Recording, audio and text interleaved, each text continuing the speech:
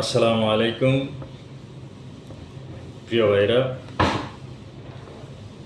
দুটি কথা বলার জন্য আপনাদের সামনে আসছি।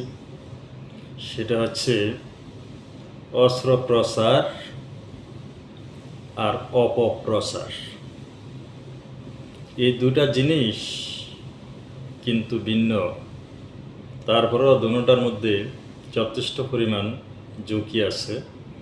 অস্ত্রপ্রচারের ফলে একটা রোগী সে মারাও যেতে পারে, আর অপপ্রচারের ফলে একটা মানুষ জিন্দা থাকিও মৃত হয়ে থাকতে হবে। সুতরাং অস্ত্রপ্রচার এবং অপপ্রচার থেকে আমরা সাবধানতা অবলম্বন করা উচিত এবং সাবধানভাবে কি করছি, কি করব, কি করতে হবে চিন্তাভাবনা করি, বুঝে শুনে করব ইনশাল্লাহ। ধন্যবাদ সবাইকে।